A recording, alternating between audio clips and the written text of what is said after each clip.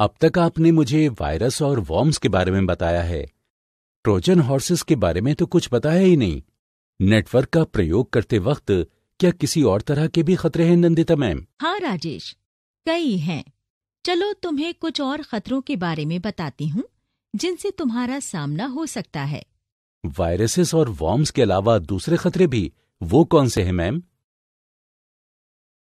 स्पाईवेयर्स भी होते हैं जिनके बारे में तुम्हें जानना चाहिए। स्पाईवेयर्स ठीक वैसे ही काम करता है जैसे कोई इंसान समाज में रहकर उसके दायरे में काम करता है। जब हम कहीं आते जाते हैं तो उस समाज के सभी लोग हमें देख सकते हैं, हमसे बात कर सकते हैं। यहाँ तक कि उस वक्त तुम क्या कहते हो, चर्चा करते हो, कहाँ जाते हो, तुम्हारे आसपास के लोगों को पता रहता है। तुम सड़क पर जा रहे हो, इमारत की लिफ्ट में जाते हो, मेट्रो रेल से जाते हो, किसी कैंटीन या रेस्टोरेंट में जाते हो, तो वीडियो कैमरास तुम्हारी हर हलचल को रिकॉर्ड कर रहे हैं।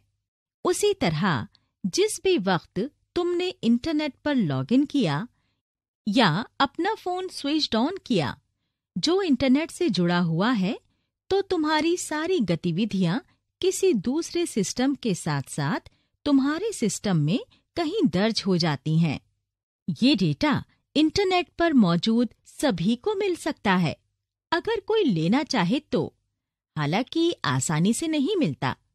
खास तौर पर बनाए गए एप्लीकेशन से इस डेटा में पहुंचा जा सकता है और बिना तुम्हारी जानकारी या सहमति के उसका दुरुपयोग हो सकता है। अगर तुम बताए गए तरीकों का उपयोग नहीं करोगे तो सिर्फ तुम्हारी भौतिक गतिविधियों का डिजिटल लॉग ही नहीं, तुम्हारे कंप्यूटर में किया जाने वाला काम या तुम्हारा मोबाइल भी सुरक्षित नहीं है।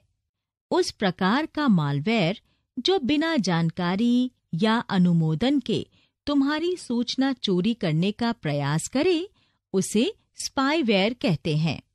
ये तुम्हारा पासवर्ड जानने के लिए एक वैध प्रोग्राम के जरिए वेब ब्राउजिंग डेटा का पता लगाने या कीबोर्ड पर दबने वाली कीज की निगरानी करता है ताकि तुम्हारा पासवर्ड पता कर सके। नंदिता मैम, तो हमें कैसे पता चलेगा कि हमारे कंप्यूटर में स्पाईवेयर घुस गया है? राजेश, जब भी तुम्हें ऐसा लगे कि तुम्हारा कंप्यूटर ठीक तरह से काम नहीं कर रहा है, खासकर जब अजीब पॉपअप्स दिखाने लगे, वेबसाइट्स वहां भेजने लगे जहां तुम नहीं जाना चाहते, तुम्हारी ईमेल संपर्क सूची में मौजूद दोस्तों को अजीब स्पैम संदेश मिलने लगे और लगे कि तुमने भेजा है पर हकीकत में तुमने नहीं भेजा है, तब समझ लेना कि तुम्हारे कंप्यूटर में स्पाईवेयर घुस गया है। सच में? तो क्या स्पाईवेयर भी कई तरह के होते हैं नंदिता मैम? हाँ राजेश, स्पाईवेयर भी कई तरह के होते हैं। चलो मैं तुम्हें उनके बारे में बताती हूँ। अलग अलग स्कूल्स ने स्पाईवेयर को 2 समूहों में बांटा है। स्कूल्स? तो क्या स्पाईवेयर को वर्गीकृत करने का काम संस्थानों का है? हाँ राजेश, उनके काम करने के तरीके को लेकर कई मत हैं। पहले उनको लेकर सिर्फ 2 मत थे। पहले मत ने स्पाईवेयर को इंस्टॉल करने वाले समूह में वर्गीकृत किया, जबकि दूसरे मत ने उसके काम करने को आधार माना और दूसरे समूह में रखा।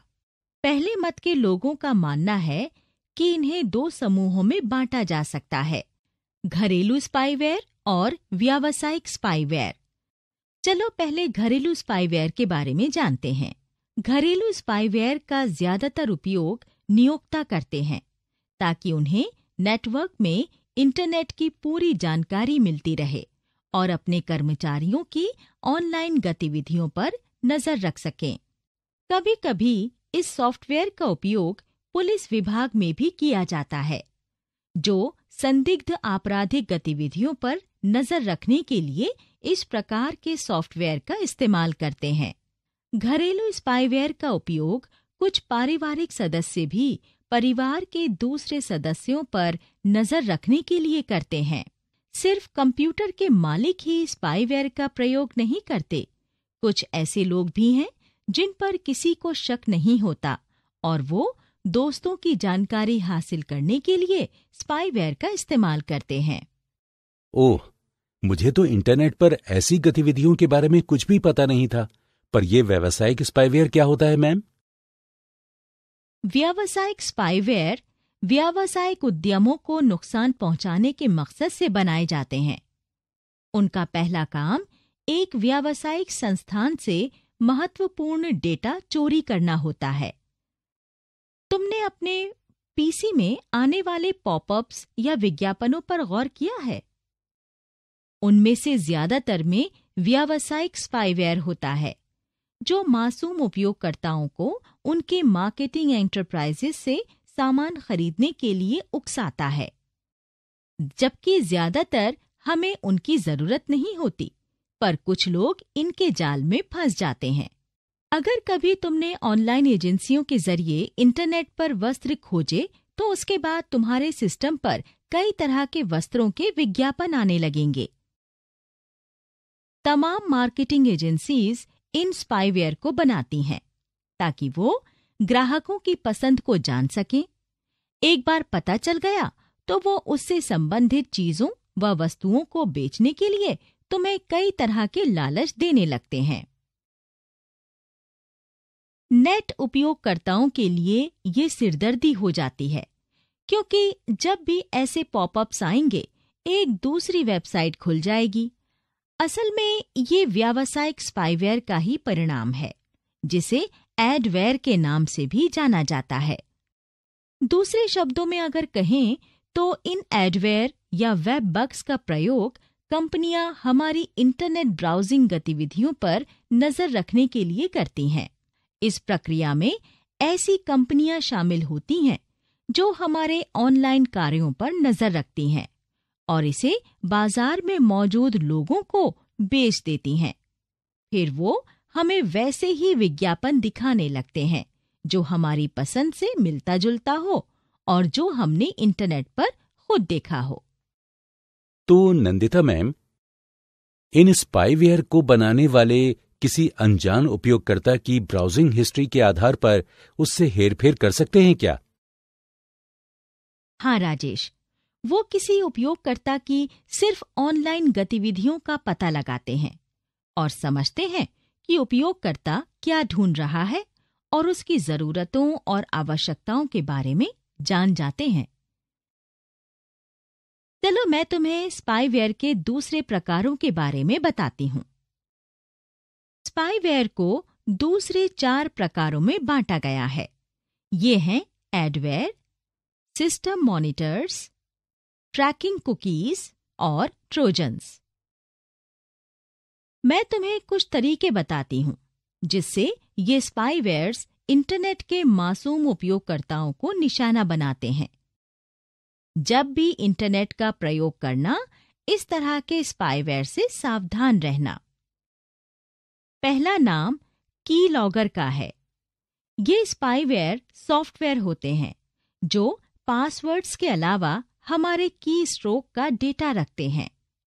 हम जिस भी वेबसाइट पर जाते हैं उसका एड्रेस इंटरनेट URL या यूनिफॉर्म रिसोर्स लोकेटर में दर्ज होता है।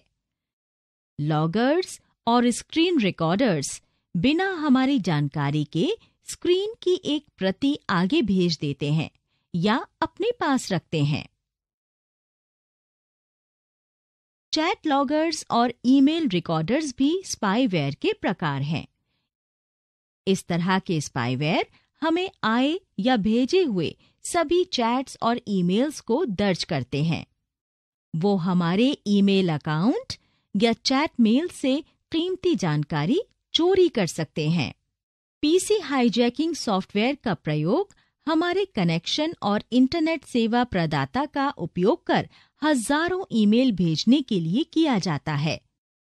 ब्राउज़र हाईजैकिंग एक दूसरे प्रकार का स्पाईवेयर है।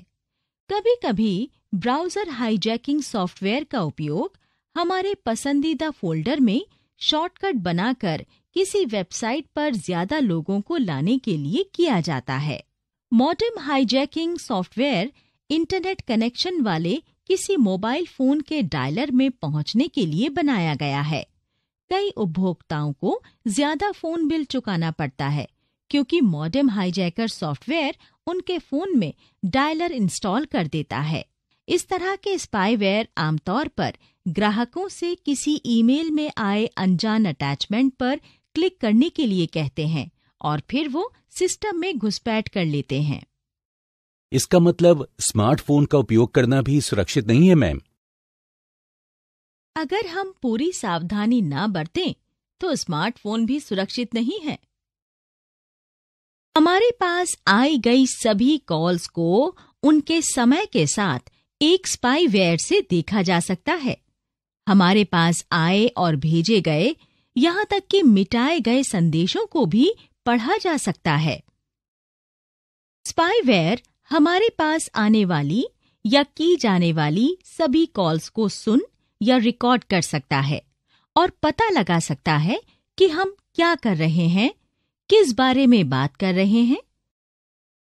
और ये यही नहीं रुक जाता, यहाँ तक कि ये इस बात पर भी खबर रखता है कि हम किस वेबसाइट पर गए हैं और उस पर हमने कितनी बार विजिट किया है, इन जैसे आंकड़ों को भी ट्रैक करता है।